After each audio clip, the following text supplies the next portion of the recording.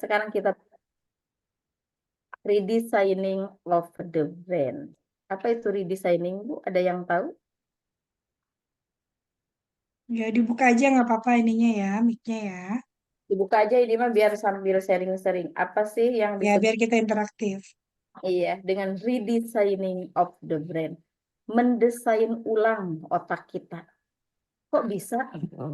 Ada yang tahu kenapa sih otak kita bisa didesain ulang dari trauma-trauma yang dulu?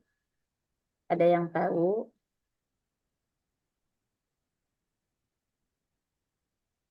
Artinya, kenapa otak kita bisa didesain ulang? Ternyata otak kita itu jumlah sel otaknya itu adalah kurang lebih 100 miliar. Kebayang nggak, Bu? 100 miliar jumlah sel otak kita. Kalaupun kita hidup sampai 100 tahun, itu baru digunakan 60%. Kebayang nggak, Bu? Usia kita sampai 60, 100 tahun, itu baru 60% yang kita gunakan, yang kita sambungkan. Berarti kita punya banyak kesempatan untuk mendesain ulang redesigning of the brain. Kita desain ulang nih otak kita. Contoh kecil, kita mau bertanya ke ibu-ibu. Apakah di sini ya ada yang merasakan luka batin atau trauma masa kecil? Ada, Bu? Atau trauma sampai sekarang, sampai ke pernikahan detik ini? Ada yang punya luka batin kah, Bu? Atau trauma? Yuk, kita sambil sharing ya, nggak apa-apa. Sharing ya, ngantuk. Tapi kalau kita interaktif, mungkin nanti ada hal-hal pertanyaan dari ibu-ibu yang lain itu bisa jadi membuka cakrawala penambahan apa sih ilmu gitu, Bu, dari pertanyaan-pertanyaan. Karena penting ya, Bu. Kenapa sih kayak luka batin, inner child itu jarang kita bahas dan jarang kita ungkapkan. Padahal modal kita sampai duduk sampai detik ini itu bermula dari emosi dulu. Masih ingat kalau inner child itu terbentuknya kapan, Bu? Dari sejak apa? Dari sejak dalam kandungan ibu sampai sebelum balik.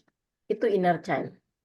Inner child itu penting banget kita bahas ya, Bu. Karena kan kita nggak tahu apakah waktu ibu kita dulu mengandung kita tuh nggak sedih, apakah ibu kita itu tidak menerima kekerasan dari ayah kita, kan kita nggak tahu, atau dari mertua kita, karena sangat mempengaruhi.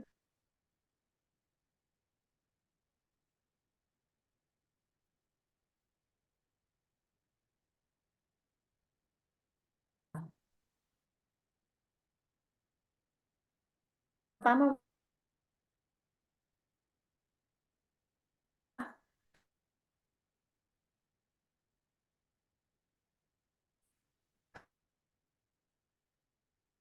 lihat apa yang ibu kita rasakan, itu semua tersambung di otak kita. Jadi kalau hari ini tiba-tiba kok ibu jadi pemarah kah atau ibu jadi pemurung kah? Itu bukan karena situasi kondisi rumah tangga kita hari ini. Atau misalkan sikon kita hari ini yang belum menikah. Itu bukan, Bu.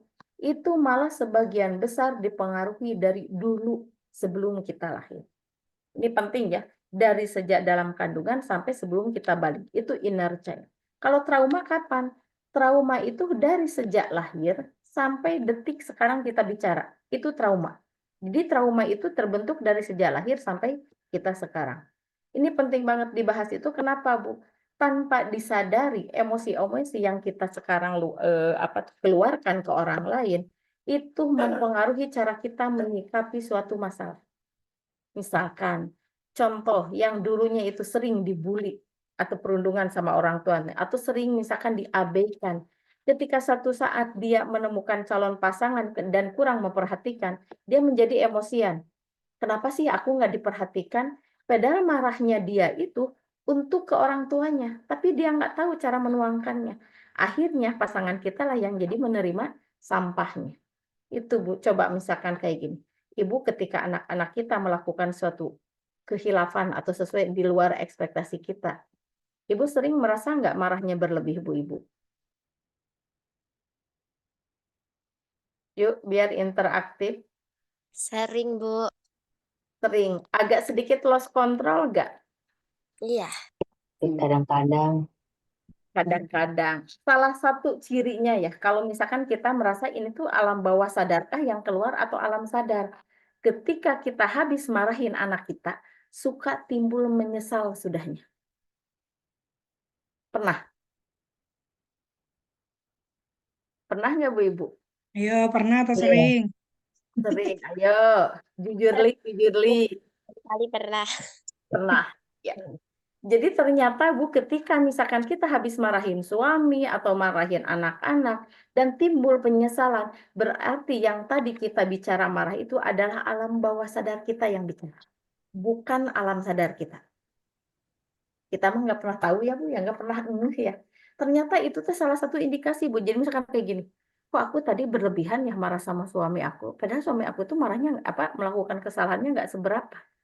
Itu salah satu bahwa apa? Kita itu marahnya ke suami mungkin satu, atau marahnya jadi 10 itu, yang 9 itu luka batinnya yang keluar, Bu. Ini luar biasa penting banget. Kita bahas sedikit ya, Bu. Nih, ada tentang redesigning of the brain, mendesain ulang otak kita. Namanya desain itu berarti kan menata ya, menata pola lagi. Secara ilmu neurosains tentang otak, bahwa redesigning itu adalah salah satu cara untuk mendeteksi otak manusia yang masih hidup. Ini penting banget. Kenapa harus didesain ulang? Karena kita nggak pernah tahu ada peristiwa apakah yang menyakitkan atau yang membuat kita sedih dulu di masa dulu yang akan berefek besar terhadap kehidupan kita hari ini. Oh, berarti luar biasa penting ya, Bu. Kita dimulai dari apa yang diawalinya. Kenapa sampai terbentuknya itu inner child terluka? Kenapa sampai terbentuknya bahwa luka batin kita? Pernah melihat podcastnya adiknya Marisa Sahnaz Sakwe. Dia bilang kayak gini, luka batin kita itu bukan salah kita. Trauma kita juga bukan salah kita. Betul Bu? Setuju nggak? Kalau luka batin kita itu bukan salah kita. Setuju Bu Ibu? Setuju. Setuju. Bukan ya Bu ya? Karena memang itu bukan salah kita. Tapi kesalahan orang lain yang jadi melahirkan kewajiban, ini yang disebut dengan inner child atau trauma. Jadi inner child sama trauma itu adalah bukan kesalahan kita. Tapi apa Bu, ketika terbentuknya di masa kecil? Itu adalah kelalaian dari orang tua, cuma kita punya kewajiban untuk menyembuhkannya. Beda ya Bu? Kesalahannya itu bukan kesalahan kita, tapi kita punya kewajiban. Kalau wajib, kalau nggak dilakukan, salah nggak Bu? Berdosa nggak kita?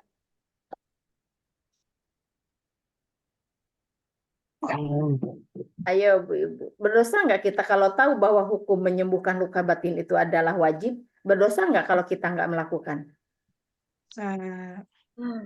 Berdosa ya. Iya. Berarti kita hari ini berusaha untuk mengilmui diri kita. Bagaimana sih kita desain lagi ulang otak kita? Itu salah satu bentuk bahwa kita bertanggung jawab untuk menyembuhkan luka batin kita.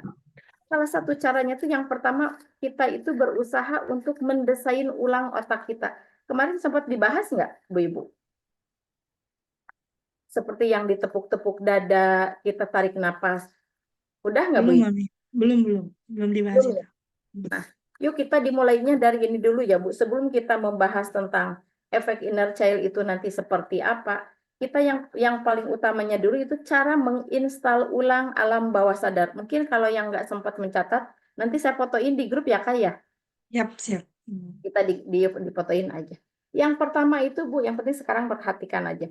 Yang pertama itu tarik nafas dalam, buang lewat mulut selama 3 kali. Saya juga sering salah ya Kak Fani ya, ketika bikin itu salah terus. Ternyata salah satu yang membuat kita mudah marah, mudah stres, mudah depresi, itu salah satu indikasi bahwa oksigen di otak kita sudah berkurang. Itu salah satunya Bu. Berarti kalau oksigen di otak kita berkurang, ada satu peringatan keras nih dari Allah. Salah satunya apa, Bu?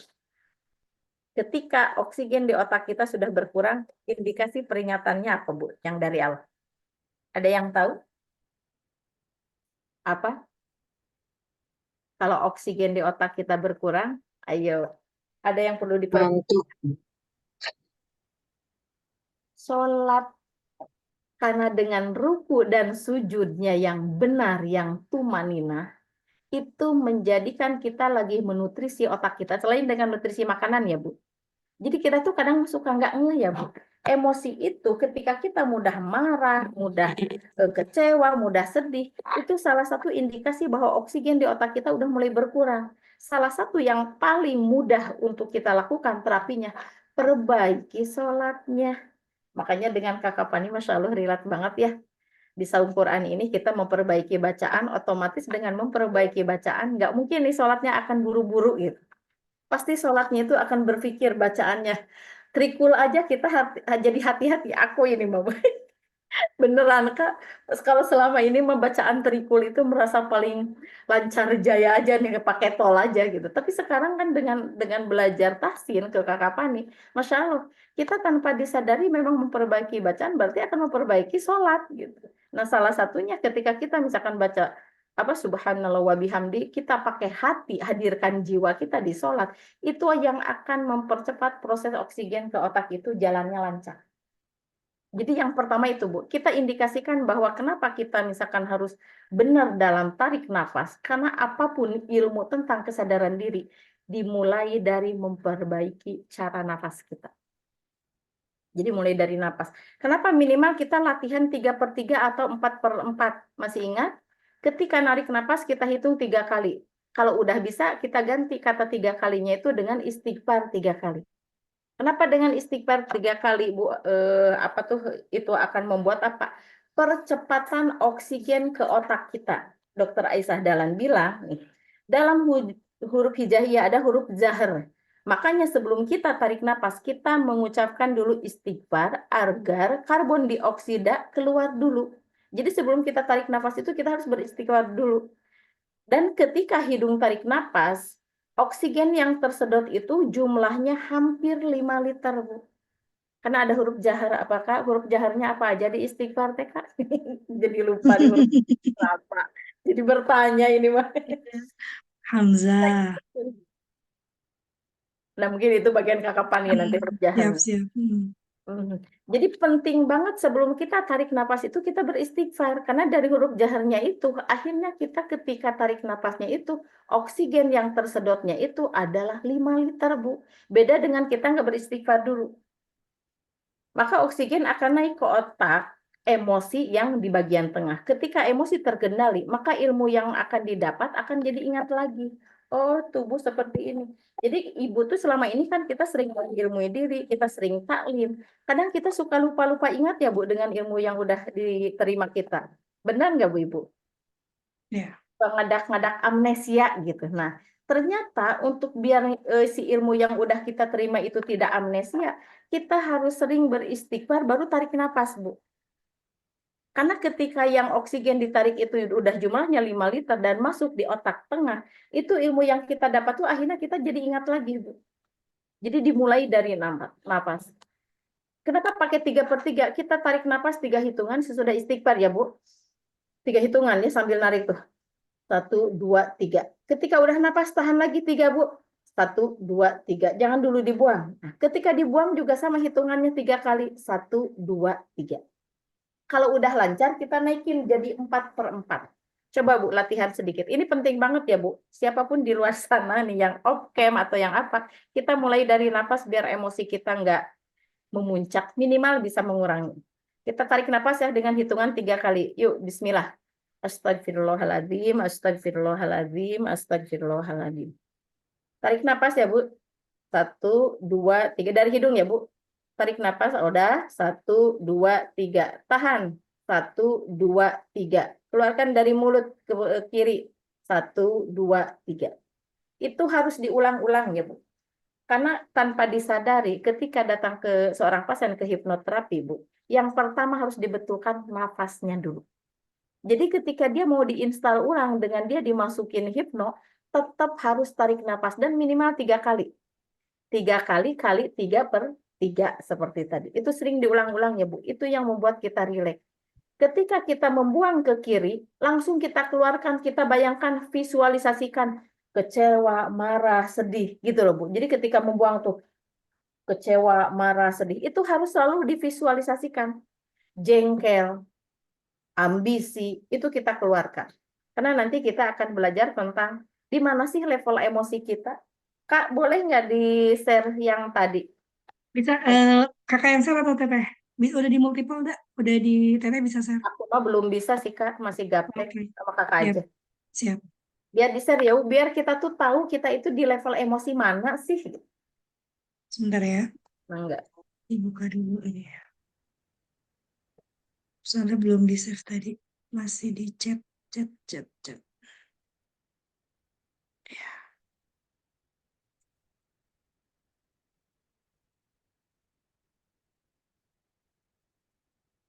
Nah, ini penting ya kita belajar banget tentang di level mana sih nafsu kita, emosi kita. Yang tadi kan udah, yang pertama itu adalah tarik napas. Yang kedua, letakkan tangan kananmu di dada sebelah kiri.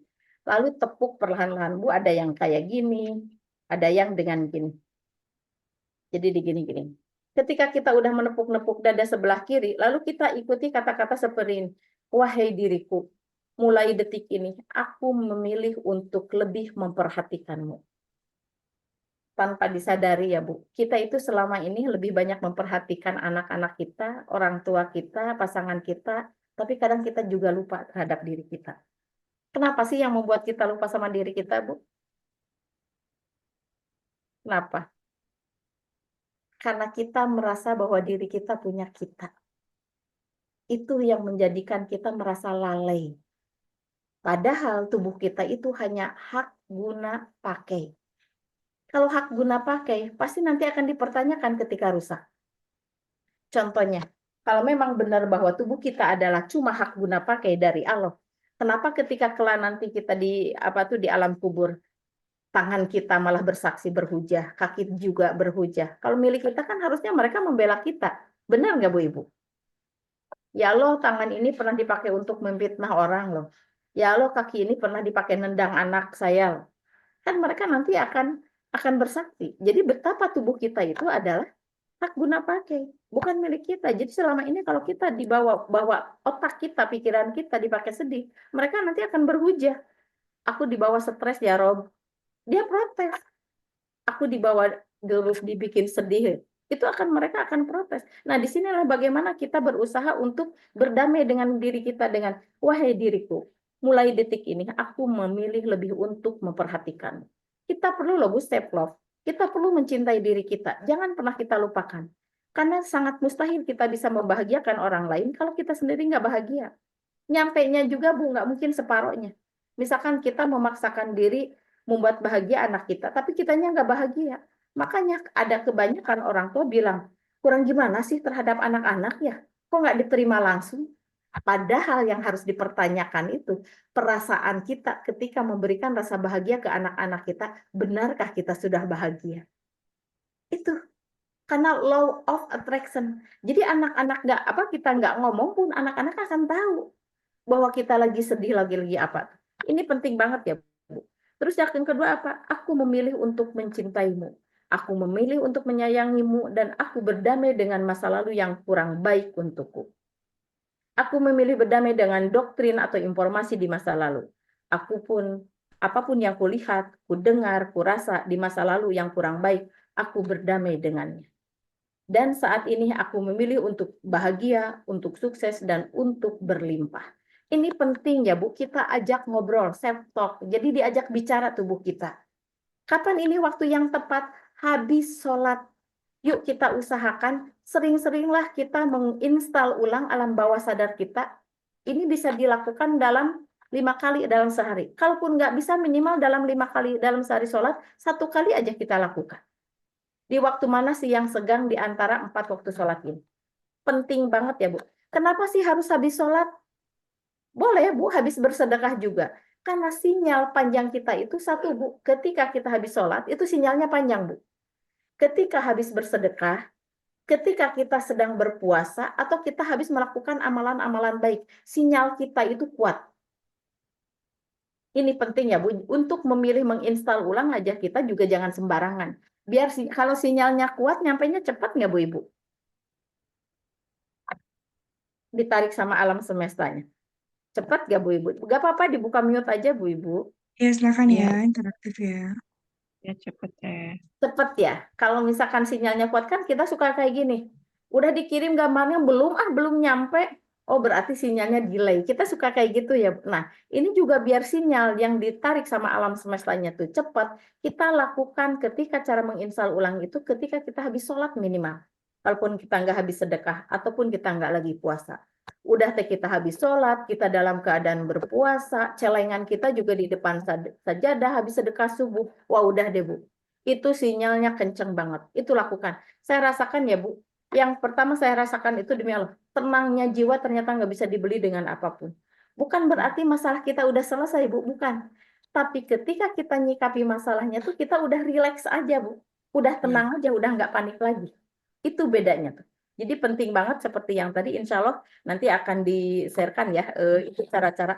Itu kalimat sederhana, Bu. Saya apa tuh dirangkum untuk yang lebih sederhana, biar Ibu bisa melakukannya tiap hari. Nah, berarti ketika misalkan harus menginstal ulang, kita terus misalkan bicara self talk seperti yang tadi, kita itu lagi menyambungkan neuron-neuron di otak kita. Dulu neuronnya itu kan neuron tentang kesedihan, tentang kemurkaan, tentang pembulian, perundungan, pengaduan. Kita sambungin lagi dengan hal-hal yang positif.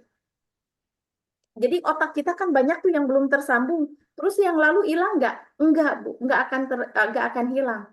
Karena kalau memori yang dulu sampai hilang, berarti kita jadi Alzheimer. Pernah kenal Alzheimer apa? Jadi lupa kita tuh. Lupa Pikunan. pulang. Ya, lupa dengan suami, lupa dengan dirinya. Itulah fungsi. Kenapa trauma itu nggak bisa hilang? Tapi akan persis seperti lem tutup amplop.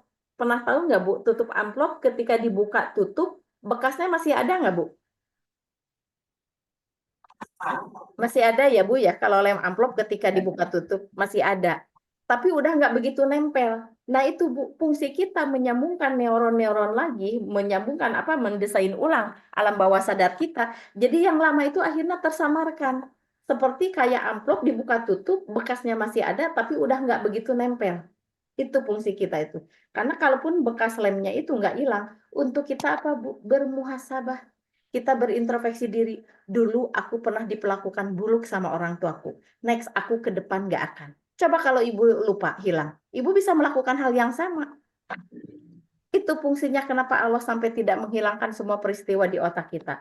Dan kita juga masih punya kesempatan ya, Bu. Karena 100 miliar, kebayang nggak, Bu, baru di otak doang 100 miliar. Kita usia sampai 100 tahun aja baru 60%, Bu, yang tersambung. Yuk, biar yang tersambungnya tuh bukan kesedihan aja, biar kelak otak-otak kita itu akan berhujah.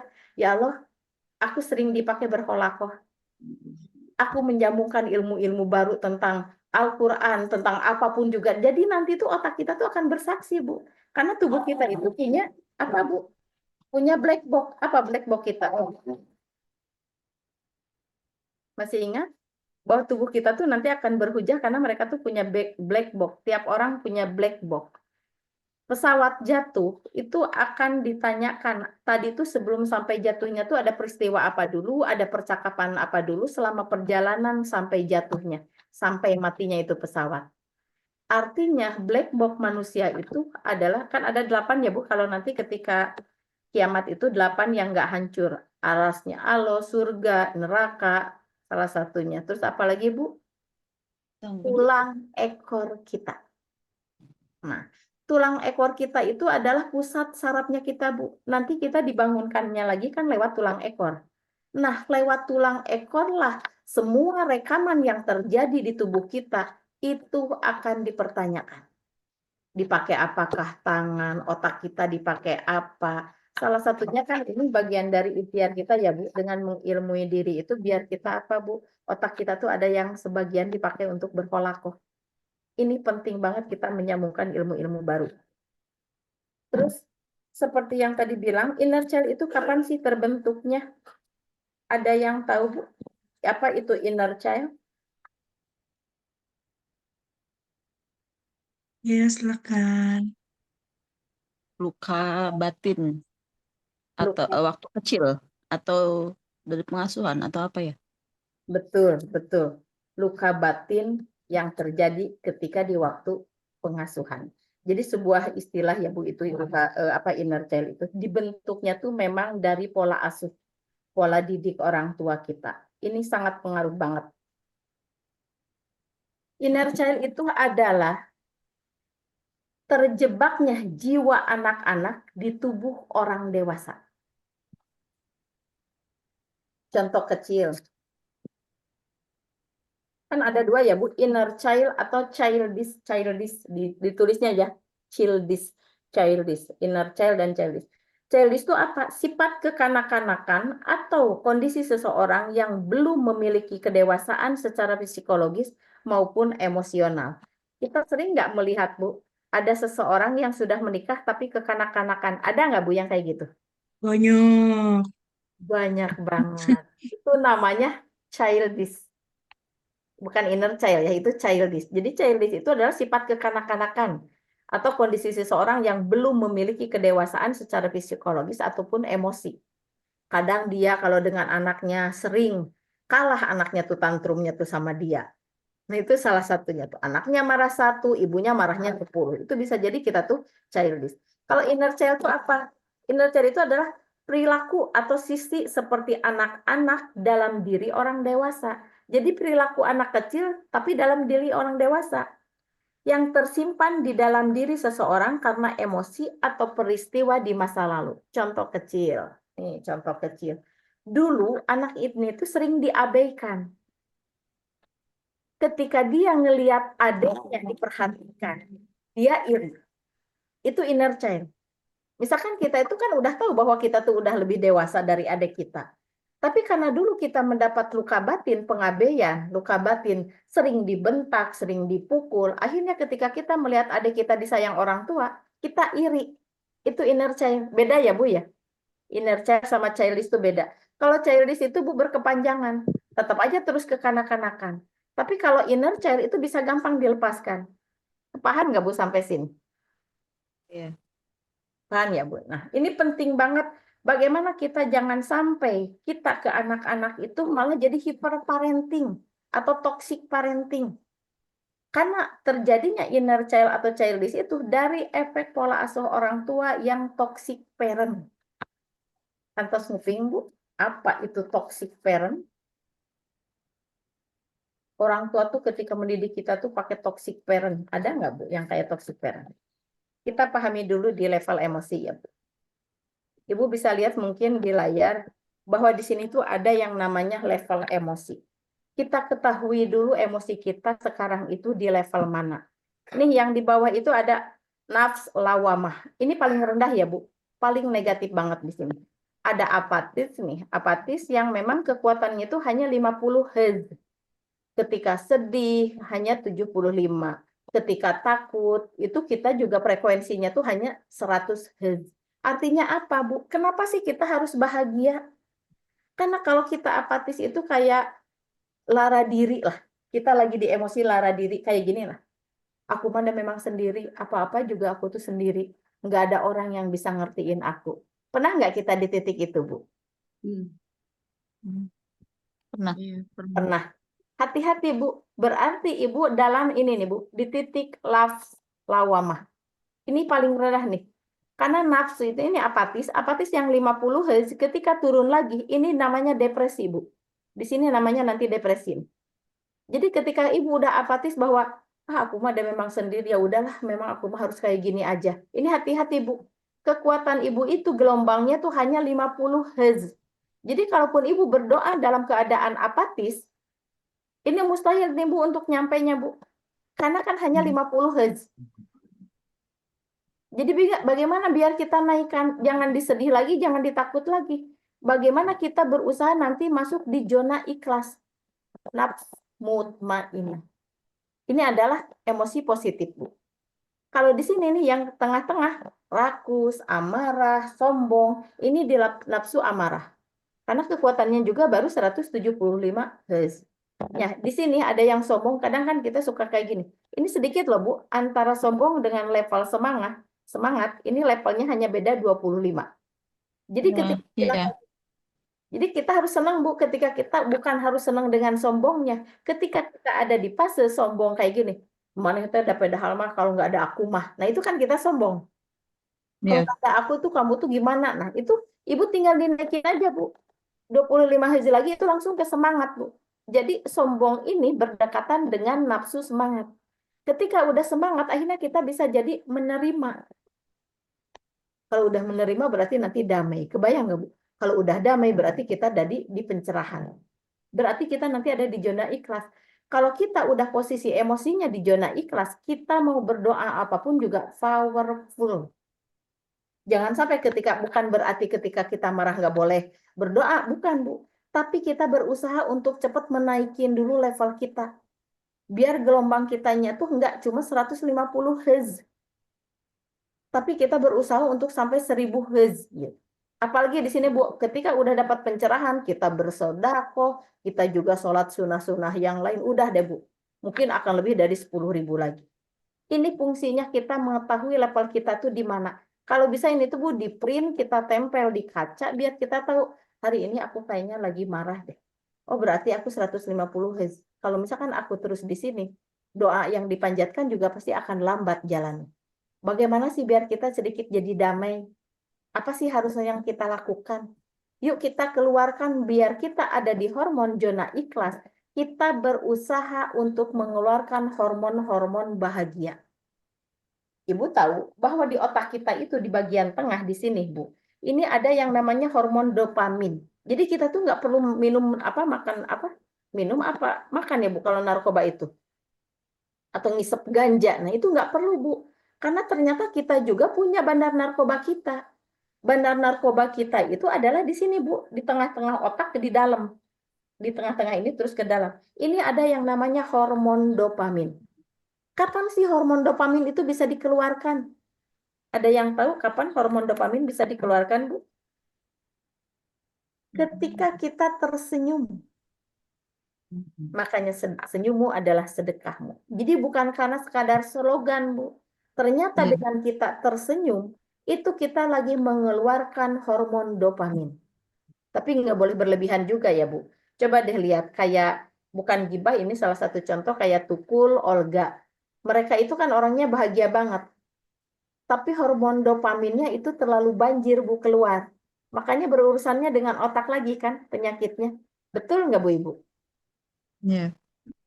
Jadi terlalu banyak juga hormon dopamin keluar itu nggak bagus. Kalau banjir. Jadi yang penting kita itu seperlunya, Bu, sedang-sedang saja. Terus minimal kapan hormon dopamin itu kita keluarkan? Mudah, Bu. Kita tersenyum, kayak gini.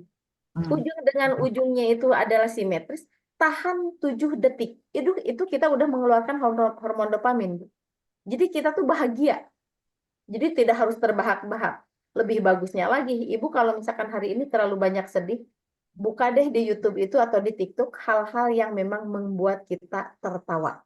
Suka banyak nggak, Bu, jong-jong yang membuat kita ketawa, Bu? Itu penting banget loh, Bu. Kalau misalkan kita ngelihat di YouTube, ngelihat itu yang lucu-lucu, itu perlu, Bu. Yang penting ketika kita yang lucunya tuh tidak, Bu, kita menjelekkan fisik seseorang, karena kan Allah juga tetap gak suka ya, Bu. Jadi kita jong-jongnya itu yang memang mendidik, yang ada edukasinya. Jadi jangan sampai kita melihat suatu dagelan atau misalkan kayak Sule itu kan di sana itu suka ada tersirat-tersurat menghina fisik. Nah, itu tetap gak boleh ya, Bu. Jadi kita memilih sesuatu yang memang disesuaikan dengan adinul Islam. Jadi penting banget kita mengeluarkan hormon dopamin. Sangat penting banget, Bu. Terus apa hormon apa lagi, Bu, yang harus keluar? Hormon serotonin. Ini juga penting dikeluarkan. Kalau hormon serotonin dikeluarkannya kapan, Bu? Saat marah, Kalau apa? takut, pada saat takut. Nih yang tadi ya, Bu, hormon dopamin. Hormon dopamin itu bisa keluar ketika kita melakukan tugas-tugas kecil yang bisa diselesaikan tiap hari. Itu bisa keluar loh, Bu. Memasak, atau misalkan kita nyiram tanaman, itu kan kecerdasan kinestetik. Senang aku beres-beres sebetulnya. Oh gitu. Nah itu sebetulnya kita itu lagi mengeluarkan hormon dopamin, Bu. Tanpa disadari ya kita mah nggak tahu. Gitu. Tapi kalau kita sekarang dimaknai dengan ilmu, oh aku sekarang lagi mau mengeluarkan hormon dopamin. Ajak bicara tubuh kita. Yuk kita bahagia dengan memasak. Ajak, Bu, tubuh kita tuh. Dan Ibu juga kalau misalkan kayak Kakak Pani, ya saya berseriwarian aja di rumah Kakak Pani. Kita keluar nggak pernah diajak, nggak pernah disapa. Kita berangkat aja dengan THK. Kakak tersinggung nggak? Iya. Jadi memasak pun sebetulnya tubuh kita tuh ajak, kita mau merasa sudah mengajak ya Bu. Ternyata harus dibawa bicara Ibu, bukan sekadar digusur. Jadi tubuh tuh senang Bu kalau kita kan, ya hari ini kita masak, ajak bicara Bu, itu self talk, self talk. Jadi self talk itu adalah bicara Iya. sama sendiri. Itu penting. Yuk kita merawat pohon dan bunga juga diajak bicara, kan bunga juga makhluknya Allah gitu. Nah, kadang kita itu tanpa disadari ketika kita lagi memasak, ketika masakannya udah selesai, pasangan kita juga nggak pernah diajak bicara. Jadi kan ya nanti makanan ini jadi sehat ya buat anak-anak, buat suami hamba. Kan kita nggak pernah kayak gitu gitu. Buat suamiku gitu maksudnya kayak gitu. Jadi hal-hal kecil yang sering Paling kita lewati, pas bikin ini. itu sebetulnya hal penting Bu. Sama kita kadang itu suka dianggap sepele. Yuk kita bangun tubuh. Hari ini semangat ya. Kita berholakoh. Ajak Bu. Biar apa? Biar si respon tubuhnya juga beda. Tapi beda dengan kayak gini. Misalkan saya ngajak Kakak Pani, tapi Teh Eka tuh kayak gini. Ayo Teh Eka kalau mau ikut mah. Itu kan bukan ajakan yang serius. Beda nggak Bu?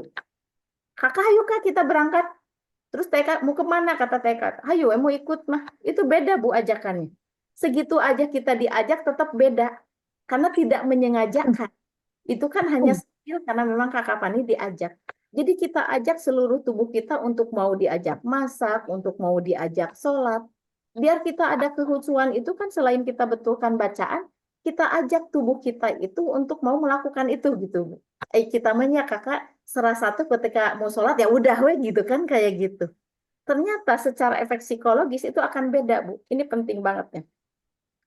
Terus mandi air dingin juga itu bagian dari hormon dopamin kita untuk dikeluarkan. Mungkin kalau yang nggak fanatik musik juga bisa mendengarkan musik dan meditasi. Meditasi di sini mungkin karena kita itu disesuaikan dengan Adinul Islam berarti kan kita sholat gitu ya. Ini meditasi. Terus yang kedua apa? Hormon serotonin. Ini biar kita ada di zona ikhlas ya Bu. Jangan ketika kita marah atau sombong atau rakus, biar kita naik level ke zona ikhlas, kita keluarkan hormon-hormon ini. Hormon serotonin dikenal juga dengan hormon yang membuat perasaan itu semakin stabil. Oh, mohon maaf nih. Hormon cinta salah Bu. Tadi hormon dopamin itu adalah hormon cinta dan gairah. Hormon dopamin yang bikin bahagia pertama kita bedah adalah hormon dopamin, yaitu dikenal dengan hormon cinta dan gairah. Kita kan mencintai diri kita. Dengan memasak kita mencintai diri kita. Itu kecerdasan naturalis. Merawat pohon, memelihara binatang, itu kita lagi mengeluarkan hormon cinta dan gairah. Suka beda nggak Bu ketika orang yang senang masak terus kayak ada gairah lain? Ngerasa nggak Bu Ibu? Ngerasa banget. Ngerasa banget ya kayak yang enjoy gitu kan. Kalau aku mungkin karena sensing senangnya tuh beres-beres. Itu kayak yang gimana kalau orang sensing udah ngeluarin keringat itu kayak yang waduh udah deh. Kecerdasannya tuh akan semakin keluar. Terus serotonin itu apa? Adalah hormon bahagia nih. Ini baru hormon bahagia. Hormon stabil dan bahagia. Selain itu, serotonin juga berfungsi untuk komunikasi antar sel di dalam otak. Nih, penting banget. Berarti ketika hormon serotonin dikeluarkan, antar sel di dalam otak itu jadi komunikasi, Bu, pada bicara. Ini penting banget, makanya tubuh kita harus diajak ngobrol, biar mereka juga rame, Bu. Teking dibikin wes stres, coba Bu, kalau marah itu seperti kabel listrik yang apa sih, yang diaduk. Jerjet, jerjet, jerjet, kayak gitu loh, Bu. Jadi Nah, Teh, kebetulan kakak kayak gini nih sekarang deredet-deredet. Kakak keluar dulu ya. Sebentar, Teteh kakak jadiin host ya. kalau gitu ya, Mangga. Nah ya, soalnya deredet-deredet aku takut juga nih. Oh, nggak tahu kenapa ininya laptopnya. Oh Kakak ya, jadiin host dulu Teteh ya. Mangga, Mangga, Mangga, Mangga. Nah, kayak Atau gitu. Eka deh, atau Eka deh. Eka jadi Boleh, host ya. boleh. Sama TK aja.